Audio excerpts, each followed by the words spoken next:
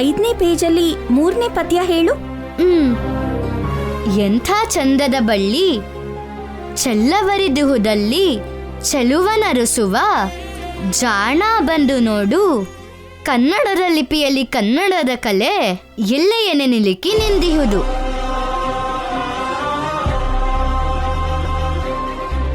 ಇನ್ನೊಂದು ಕ್ವಶನ್ ಕೇಳು. ನಿಸಾರ್ ಅಹಮದ್ ಅವ್ರದ್ದು ಇನ್ನೊಂದು ಪದ್ಯ ಹೇಳು. ಜೋಗದ ಸಿರಿ ಬೆಳಕಿನಲ್ಲಿ ತುಂಗೆಯ ತನೆ ಬೆಳಕಿನಲ್ಲಿ ಸಹ್ಯಾದ್ರಿಯ ಲೋಹದದಿರ ಉತ್ತುಂಗದ ನಿಲುಕಿನಲ್ಲಿ ನಿತ್ಯ ಹರಿದ್ವರ್ಣವನದ ತೇಗಗಂಧ ತರುಗಳಲ್ಲಿ ನಿತ್ಯೋತ್ಸವ.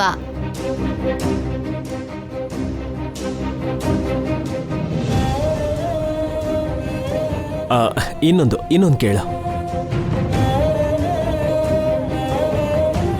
ಸರಿ, ಕುವೆಂಪು ಅವ್ರದ್ದು ಒಂದ್ ಪದ್ಯ ಹೇಳು ನೋಡೋಣ. ಭರತ ಭೂಮಿ ನನ್ನ ತಾಯಿ, ನನ್ನ ಪೊರೆವ ಮಕ್ಕಳು, ಜೀವನವನೇ ದೇವಿಗೆರೆವೆ ಬಿಡುತ್ತೆ ಗುಡಿಯ ಕಟ್ಟಲು, ತುಹಿನಗಿರಿಯ ಸಿರಿಯ ಮುಡಿಯ ಹಿರಿಯ ಕಡಲು, ತೊಳೆಯುವಡಿಯ ಪೈರು ಪಚ್ಚೆ ಪಸುರಿ ನುಡಿಯ.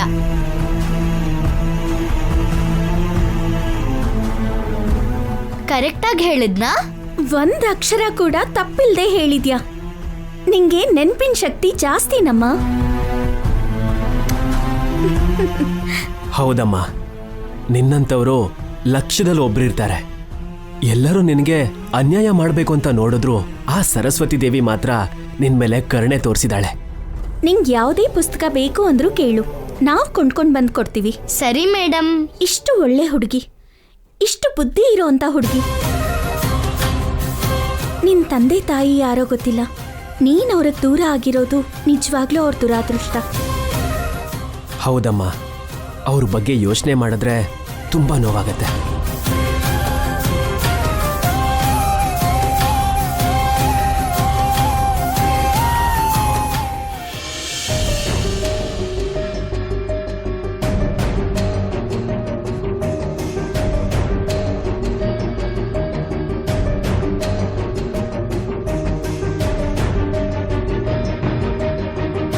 ಏನು ಯೋಚನೆ ಮಾಡ್ತಿದ್ಯಾ ವೇದ?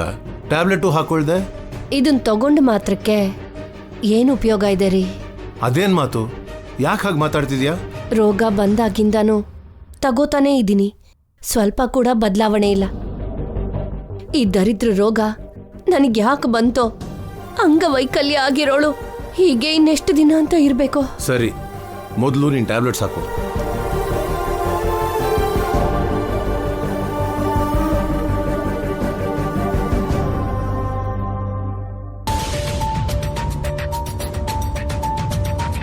ಒಳ್ಳೇದಾಗುತ್ತೆ ಅನ್ನೋ ಆಸೆ ಇದ್ದಾಗ ಇಂಥದನ್ನೆಲ್ಲ ಉಪಯೋಗಿಸ್ಬೇಕು. ನಡೆಯಲ್ಲ ಅಂತ ಗೊತ್ತಾದ್ಮೇಲೆ ಇದನ್ನ ತಗೊಂಡು ಉಪಯೋಗ ಏನು? ಗುಣ ಆಗಬೇಕು ಅಂದ್ರೆ ಔಷಧಿ ಜೊತೆ ನಂಬಿಕೆನೂ ಬೇಕಾಗುತ್ತೆ ವೇದ. ಆಗ್ಲೇನೆ ಅರ್ಧ ಕಾಯಿಲೆ ಗುಣ ಆಗ್ಬಿಡುತ್ತೆ. ನಂಬಿಕೆ ಇದ್ರೆ ಕ್ಯಾನ್ಸರ್ನ ಕೂಡ ಗೆದ್ದು ಬರಬಹುದು. ನಂಬಿಕೆ ಇಲ್ಲದೆ ಇದ್ದಾಗ ಅಲ್ಸರ್ನು ತಡ್ಕೊಳಕ್ಕಾಗಲ್ಲ. ಒಣಗಿರೋ ಹಣ್ಣು ಒಣಗಿರೋ ಎಲೆ ನೆಲಕ್ಕೆ ಬೀಳುತ್ತೆ ಅನ್ನೋ ಹಾಗೆ ನನ್ನಂತ ರೋಗ ಇರೋರು ಕೂಡ ಬೇಗನೆ ಹೋಗ್ಬಿಡ್ಬೇಕ್ರಿ. ಈ ರೋಗ ಕಡಿಮೆ ಆಗುತ್ತೋ ಇಲ್ಲ ನನ್ನ ಪ್ರಾಣನೇ ತೆಗಿಯುತ್ತೋ ನನಗೆ ಅರ್ಥ ಆಗ್ತಾ ಇಲ್ಲ ರೀ. ಏನ್ರಿ, ನಾನು ಸತ್ತು ಹೋಗ್ತೀನಿ ಅನ್ನಿಸ್ತಿದೆ ರೀ.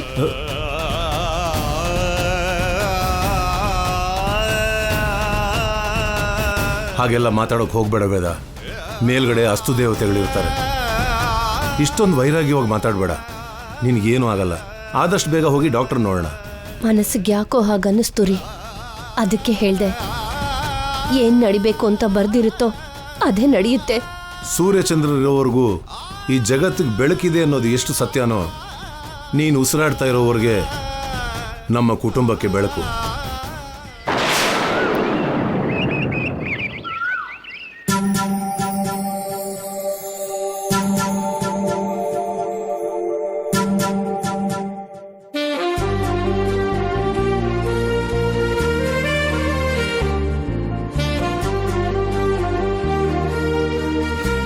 ನಾನು ಆಫೀಸಿಗೆ ಹೊರಡ್ತಿದ್ದೀನಿ, ಅವನಿಗೆ ಹೊರಡ್ದೇನೆ ಮನೆ ಕೆಲಸ ಮಾಡ್ತಿದ್ದಾಳೆ ಅಂದರೆ ಸುಜಾತತ್ಗೆ ಮನೆಯಿಂದ ನನ್ನ ಮನೆಗೆ ಬಂದಿರೋದಕ್ಕೆ ಇನ್ನು ಅವಳಿಗೆ ಜಾಬ್ ಮಾಡಬೇಕಾಗಿರೋ ಅಗತ್ಯ ಇಲ್ಲ.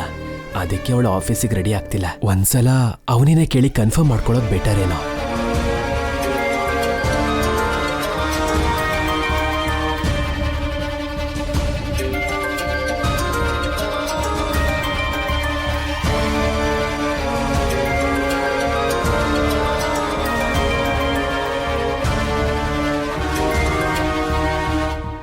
ಹೇಳು ಸಂಜಯ್.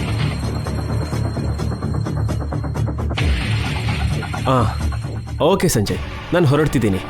ಒಂದು 20 ಮಿನಿಟ್ಸಲ್ಲಿ ಆಫೀಸಲ್ಲಿ ಇರ್ತೀನಿ. ಅವನೇ ಆಫೀಸಿಗೆ ಬರಲ್ಲ. ಸರ್ 11 ಗಂಟೆಗೆ ಮೀಟಿಂಗು. ಅದೇನು ಸರ್ ಸಡನ್ ಆಗಿ ಹೇಳ್ತಿದ್ದೀರಾ? ಈ ಸಲ ಮೇಡಮ್ ಕೂಡ ಮೀಟಿಂಗಲ್ಲಿ ಇರಬೇಕು. ಮೇಲಿಂದ ಅವಳು ಜಾಬ್ ಮಾಡಲ್ಲ ಅಂತ ಅನ್ಕೋತಿದ್ದೀನಿ. ಆದರೆ ಇಲ್ಲಿವರೆಗೂ ರೆಸಿಗ್ನೇಷನ್ ಲೆಟ್ರ್ ಕೊಟ್ಟಿಲ್ಲಲ್ಲ ಸರ್? ರೆಸಿಗ್ನೇಷನ್ ಲೆಟರ್ ಕೊಡ್ತಾಳೇನೋ. ಓಕೆ ಸಂಜಯ್, ನಾನು ಇಮಿಡಿಯೇಟಾಗಿ ಹೊರಡ್ತೀನಿ. ಸರಿನಾ? Okay sir. ನಾನ್ ಜಾಬ್ ಮಾಡಲ್ಲ ಅಂತ ನಿಮಗೆ ಯಾರು ಹೇಳಿದ್ರು? ರೆಸಿಗ್ನೇಷನ್ ಕೊಡ್ತೀನಿ ಅಂತ ನಾನು ನಿಮ್ಮ ಹತ್ರ ಹೇಳಿದ್ನಾ? ಆಫೀಸಿಗೆ ಬರಲ್ಲ ಅಂತ ನೀವು ಹೇಗೆ ಡಿಸೈಡ್ ಮಾಡ್ತೀರಾ?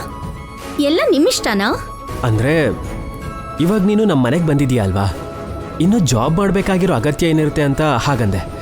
ನೋಡು ಅವನಿ, ನೀನು ಮನೆ ಕೆಲಸ ನೋಡ್ಕೋ, ನಾನು ಆಫೀಸಿಗೆ ಹೋಗಿ ಬರ್ತೀನಿ. ಇದಕ್ಕೂ ಮೊದಲು ಹೇಗಿದ್ಯೋ ಹಾಗೆ ಆರಾಮಾಗಿರೋಣ ಅಷ್ಟೇ. ನಿಮ್ಮ ಊಹೆಗಳಿಗೆ ಸ್ಪೀಡ್ ಬ್ರೇಕ್ ಹಾಕ್ತೀರಾ? ನನ್ನ ಪರ್ಸನಲ್ ವಿಷಯದಲ್ಲಿ ನೀವು ಡಿಸಿಷನ್ ತಗೋಬೇಡಿ. ನಾನು ನಿಮ್ಮ ಮನೆಗೆ ಬಂದಿದ್ದೀನಿ, ನಿಮ್ಮ ಹೆಂಡತಿಯಾಗಿ ನಿಮ್ಮ ಜೀವನದೊಳಗೆ ಬಂದಿಲ್ಲ. ಮನಸ್ಫೂರ್ತಿಯಾಗಿ ನಿಮ್ಮ ಮನಸ್ಸೊಳಗೂ ಬಂದಿಲ್ಲ. ಎಸ್ಪೆಷಲಿ ಅಕ್ಷಯಗೋಸ್ಕರ ಬಂದಿದ್ದೀನಿ. ಎಲ್ಲಾನು ಮರ್ತು ಹಾಗೆ ನಡ್ಕೋಬೇಡಿ. ಇದಕ್ಕೆ ಮೊದಲಿನಂತೆ ತಮಾಷೆಗಳು ರಿಪೀಟ್ ಆಗೋದಕ್ಕೆ ನಾವು ಇದಕ್ಕೆ ಮುಂಚೆ ಬದುಕ್ತಾ ಇರೋ ಹಾಗೆ ಬದುಕ್ತಿಲ್ಲ. ನಡೆದಿದ್ದೆಲ್ಲ ಮತ್ತೆ ಮತ್ತೆ ನೆನಪಾಗ್ತಾ ಇದೆ. ಪದೇ ಪದೇ ಆ ಟಾಪಿಕ್ ಹತ್ರಕ್ಕೆ ಯಾಕೆ ಹೋಗ್ತಿದೀಯಾ? ನಾನು ಆಫೀಸಿಗೆ ಬರ್ತೀನಿ, ನನ್ನ ಜಾಬ್ ನಾನು ಮಾಡ್ಕೋತೀನಿ. ಇನ್ನೊಬ್ರ ಸಂಪಾದನೆ ಮೇಲೆ ಬದುಕಬೇಕಾಗಿರೋ ಅಗತ್ಯ ನನಗಿಲ್ಲ. ಸರಿ, ನಿನ್ನಿಷ್ಟ. ಮೀಟಿಂಗಿಗೆ ಟೈಮ್ ಆಗ್ತಿದೆ, ಹೊರಡೋಣ ನಡಿ. ನನ್ನ ವೆಹಿಕಲಲ್ಲಿ ನಾನು ಹೋಗ್ತೀನಿ, ನಿಮ್ಮ ವೆಹಿಕಲಲ್ಲಿ ನೀವು ಹೋಗಿ. ಸರಿ ನಡಿ.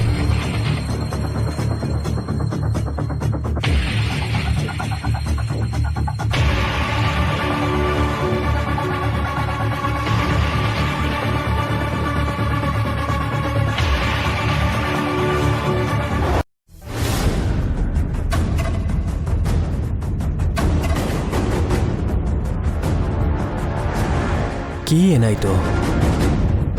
ಅವನಿ, ಏನ್ ಸರ್? ನನ್ನ ಕಾರ್ ಕೀ ಕಾಣಿಸ್ತಿಲ್ಲ. ಅದಕ್ಕೆ ನಾನೇನ್ ಮಾಡ್ಲಿ ಹೇಳಿ? 1 ಮಿನಿಟ್ ಅವನಿ.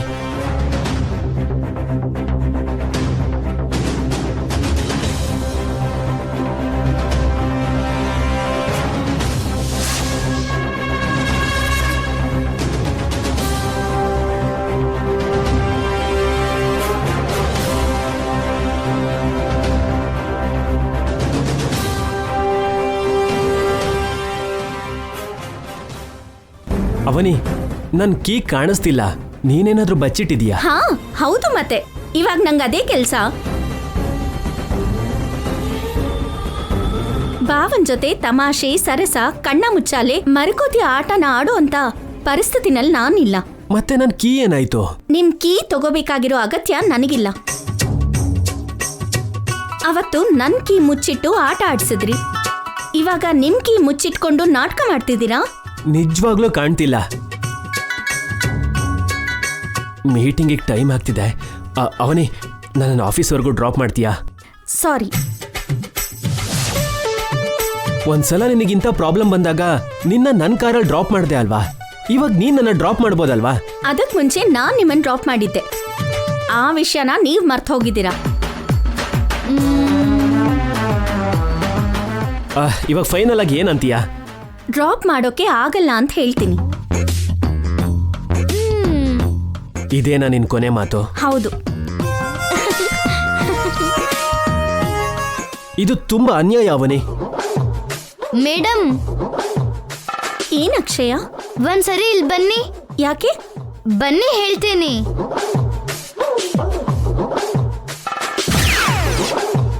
ಅಕ್ಷಯ್ ಏನ್ ಮಾಡಕ್ ಹೊರಟಿದ್ದಾಳೆ?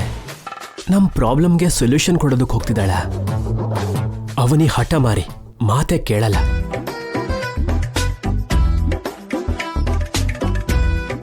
ಏನಮ್ಮ? ನಿಮ್ ಜಗಳನೆಲ್ಲ ನೋಡ್ದೆ, ಅದಕ್ಕೆ ನಿಮ್ ಹತ್ರ ಒಂದ್ ಮಾತು ಹೇಳೋಣ ಅಂತ ಇಲ್ಲಿ ಕರ್ಕೊಂಡ್ ಬಂದೆ. ಏನ್ ಹೇಳ್ತೀಯಾ? ನೀವ್ ಗಂಡ ಹೆಂಡ್ತಿ ಜೊತೆಗೆ ಒಂದೇ ಜಾಗದಲ್ಲಿ ವರ್ಕ್ ಮಾಡ್ತೀರಾ, ಒಟ್ಟಿಗೆ ಹೋದ್ರೆ ತಪ್ಪೇನು? ಹಾಗಲ್ಲ ಪುಟ್ಟ. ನೀವ್ ಹೇಳೋದ್ನೆಲ್ಲ ನಾನು ಕೇಳ್ತಿದ್ದೀನಿ, ಮತ್ತೆ ನಾನು ಹೇಳೋದು ನೀವು ಕೂಡ ಕೇಳ್ಬೇಕಲ್ವಾ? ನೀವು ನನಗೆ ಪಾಠ ಹೇಳ್ತೀರಾ, ಆದ್ರೆ ನೀವು ಪಾಲಿಸಲ್ವಲ್ಲ ಮೇಡಮ್? ಒಬ್ರು ಪ್ರಾಬ್ಲಮ್ ಅಲ್ಲಿ ಇದ್ದಾಗ ಇನ್ನೊಬ್ರು ಹೆಲ್ಪ್ ಮಾಡಬೇಕು. ಅದಕ್ಕೆ ಇಬ್ರು ಒಟ್ಟಿಗೆ ಹೋಗಿ, ನನ್ನ ಮಾತಿಗೆ ಇಲ್ಲ ಅನ್ಬೇಡಿ.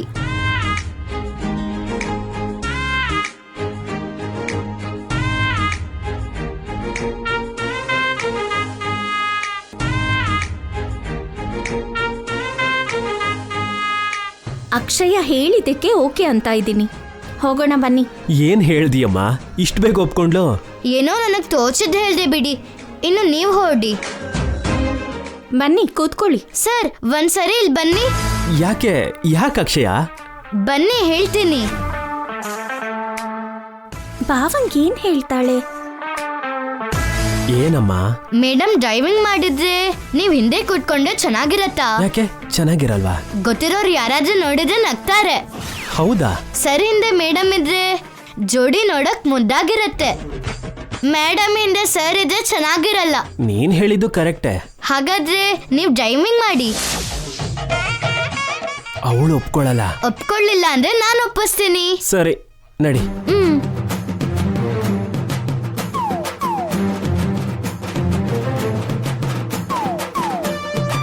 ಆಯ್ತಾ ಮಾತುಕತೆ? ನಾನ್ ಬರ್ತೀನಿ, ಆದ್ರೆ ಡ್ರೈವಿಂಗ್ ಮಾತ್ರ ನಂದೆ. ಯಾಕೆ ಹಾಗೆ? ಅಷ್ಟೇ. ನಾನು ಹಿಂದೆ ಕೂತ್ಕೊಂಡ್ರೆ ಹುಚ್ಚುಚ್ಚಾಗ ಆಡ್ತೀರಾ, ನಾನು ಒಪ್ಕೊಳ್ಳಲ್ಲ. ಅಷ್ಟೇನಾ? ಅಷ್ಟೇ. ಆಗಲ್ಲ ಅಂದ್ರೆ ಆಗಲ್ಲ. ಮೇಡಮ್ ಕಿವಿಲ್ ಕೊಡಿ.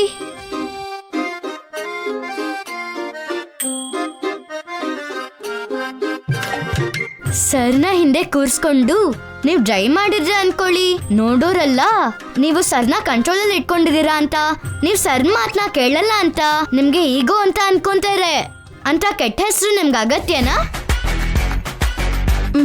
ಅವಶ್ಯಕತೆ ಇಲ್ಲ. ಅದಕ್ಕೆ ಸರ್ನ ಡ್ರೈವ್ ಮಾಡಕ್ ಬಿಡಿ. ಸರಿ. ತಾವೇ ಡ್ರೈವ್ ಮಾಡಿ. Thank you.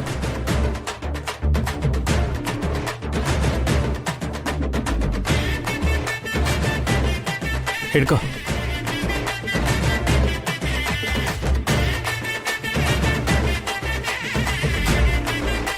ಹತ್ತು.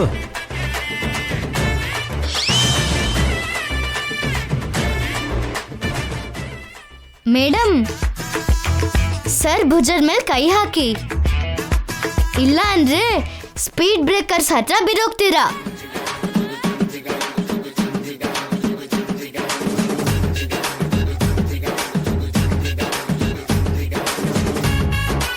ಅಕ್ಷಯ ಬಾಯ್. ಬಾಯ್.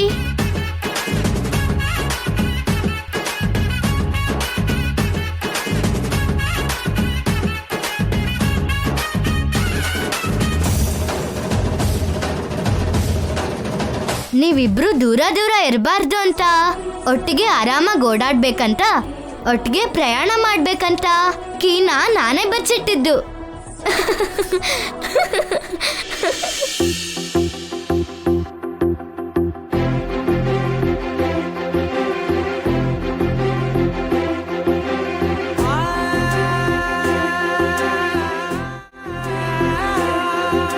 ಅವನಿ ಕೈಯಾಗ್ ತೆಗ್ದೆ?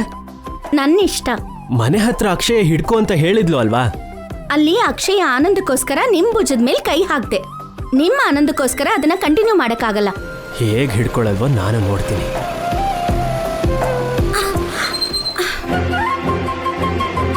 ಯಾಕೆ ಸಡನ್ ಬ್ರೇಕ್ ಹಾಕ್ತಾ ಇದ್ದೀರಾ? ಬೇಕು ಅಂತ ಇಂಥ ಕೆಲಸ ಮಾಡಬೇಡಿ. ಸ್ಪೀಡ್ ಬ್ರೇಕರ್ ಮೇಡಮ್, ನಾನೇನ್ ಬೇಕು ಅಂತ ಮಾಡ್ತಿಲ್ಲ, ನೀವು ಅಪಾರ್ಥ ಮಾಡ್ಕೋತಿದ್ದೀರಾ.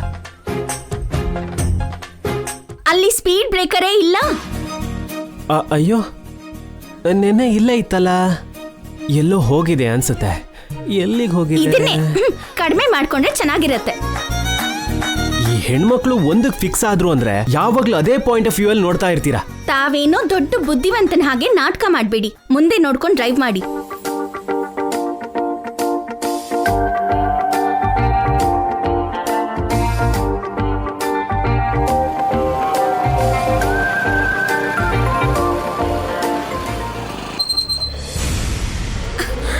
ಅಬ್ಬಾ, ಏನಾಯ್ತು? ಇವಾಗ ಯಾಕೆ ಬ್ರೇಕ್ ಹಾಕಿದ್ರಿ? ಅಲ್ಲೇ ಸ್ಪೀಡ್ ಬ್ರೇಕರ್ ಇಲ್ವಲ್ಲ? ಇದೆ ಅಂತ ನಾನು ಹೇಳದ್ನಾ? ಮತ್ ಯಾಕೆ ಹಾಕಿದ್ರಿ? ಅಲ್ಲಿ ನೋಡು, ನಿಮ್ಮ ಅಕ್ಕ ಕಾಣಿಸಿದ್ಲು ಅಂತ ಹಾಕ್ದೆ.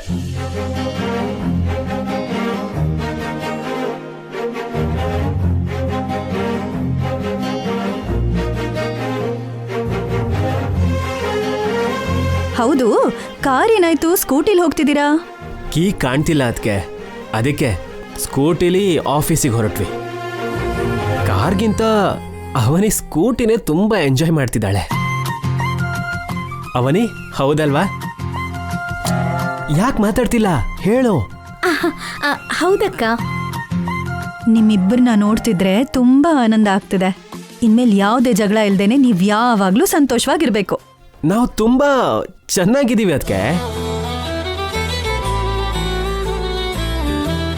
ಹಳೆ ವಿಷಯ ಹಳೆದು, ಎಲ್ಲನೂ ಮರ್ತೋಗಿ ತುಂಬಾ ಹ್ಯಾಪಿಯಾಗಿದ್ದೀವಿ. ಮತ್ತೆ ನಮ್ ಲೈಫ್ ರೀಸ್ಟಾರ್ಟ್ ಆಗಿರೋ ಹಾಗಾಗಿದೆ.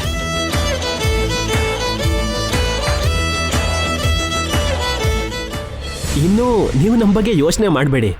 ನಮ್ಮ ಹಳೆ ದಿನಗಳು ಮತ್ತೆ ನಮಗೆ ಸಿಕ್ಕಿದೆ.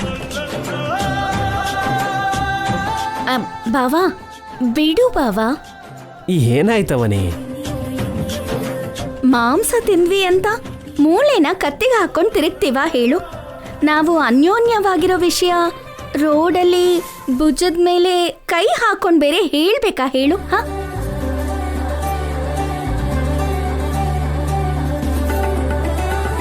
ಪರಿಸ್ಥಿತಿ ಎಲ್ಲ ಓಕೆ ಅಲ್ವಾ? ಓಕೆ ಅದಕ್ಕೆ. ಮತ್ತೆ ಅಕ್ಷಯ ವಿಷಯದಲ್ಲಿ? ಅಕ್ಷಯ ವಿಷಯದಲ್ಲಿ ಚಿಕ್ಕ ಚಿಕ್ಕ ಸಮಸ್ಯೆಗಳಿದೆ, ಬಟ್ ಎಲ್ಲ ಸಾಲ್ವ್ ಆಗತ್ತೆ. ಸರಿ, ನಾನಿನ್ ಹೊರಡ್ತೀನಿ. ಹುಷಾರು ಅವನಿ. ಸರಿ ಅಕ್ಕ.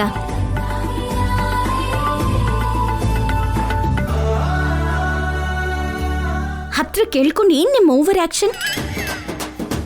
ನಾವು ಸಂತೋಷವಾಗಿರ್ಬೇಕು ಅಂತ ಕೇಳ್ಕೊಳ್ಳೋರಲ್ಲಿ ನಿಮ್ಮ ಅಕ್ಕ ಮೊದಲನೇ ಸ್ಥಾನದಲ್ಲಿ ಇರ್ತಾಳೆ. ನಾವು ಆನಂದವಾಗಿರೋ ವಿಷಯ ಗೊತ್ತಾದ್ರೆ ತುಂಬಾ ಹ್ಯಾಪಿಯಾಗಿ ಫೀಲ್ ಆಗ್ತಾರೆ. ಅದಕ್ಕೆ ಹಾಗೆ ಮಾಡ್ಬೇಕಾಗಿ ಬಂತು. ಆಹಾ, ತುಂಬಾ ದೊಡ್ಡ ಕೆಲಸ ಮಾಡಿದ್ರಿ ಬಿಡಿ. ನಡೀರಿ. ಹತ್ತು.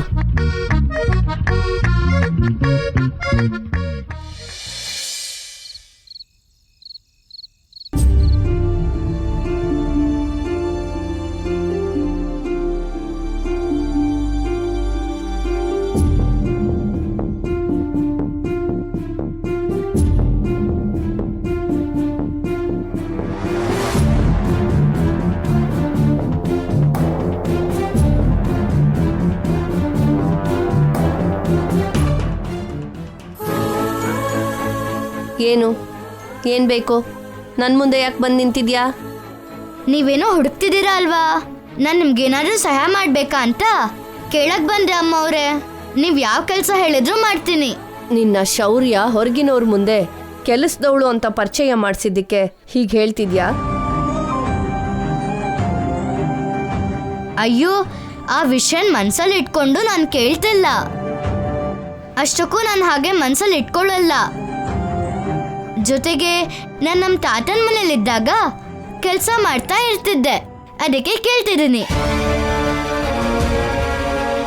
ಅದು ಅಲ್ಲದೆ ನಾನು ಯಾವ ಕೆಲಸನೂ ಮಾಡ್ದೇನೆ ನಿಮ್ಮ ಮನೇಲಿ ಆಶ್ರಯ ತಗೊಳ್ಳೋದು, ಊಟ ಮಾಡೋದು ನನಗೂ ಕಷ್ಟವಾಗಿರತ್ತಲ್ವಾ ಅಮ್ಮವ್ರೆ? ಹೌದಾ? ಸರಿ, ಹಾಗಾದ್ರೆ ಒಂದು ಕೆಲಸ ಹೇಳ್ತೀನಿ, ಮಾಡು. ನನ್ನ ಮೆಡಿಸಿನ್ಸ್ ಇರೋ ಅಂಥ ಬಾಕ್ಸ್ ಇಲ್ಲೆಲ್ಲೂ ಕಾಣಿಸ್ತಾ ಇಲ್ಲ, ಹುಡುಕ್ತಾ ಇದ್ದೀನಿ. ನನ್ನ ರೂಮಲ್ಲಿ ಇದೆಯೇನೋ ನೋಡಿ ತಗೊಂಡ್ ಬಾ. ನಾನು ಅರ್ಜೆಂಟಾಗಿ ಮೆಡಿಸಿನ್ಸ್ ತಗೋಬೇಕು. ಸರಿ ಅಮ್ಮವ್ರೆ, ಈಗಲೇ ಹೋಗಿ ತಗೊಂಡು ಬರ್ತೀನಿ.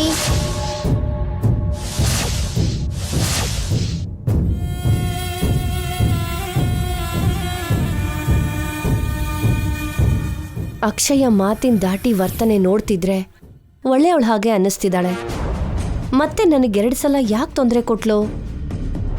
ನನ್ನ ಮುಂದೆ ಒಳ್ಳೆಯವಳು ಹಾಗೆ ನಾಟಕ ಮಾಡ್ತಿದ್ದಾಳ? ಅವನೀ ಅಕ್ಷಯನ ಅನವಶ್ಯಕವಾಗಿ ತಂದು ತಲೆ ಮೇಲೆ ಕೂರ್ಸ್ಕೊಂಡಿರೋ ಹಾಗೆ ಅನ್ನಿಸ್ತಿದೆ.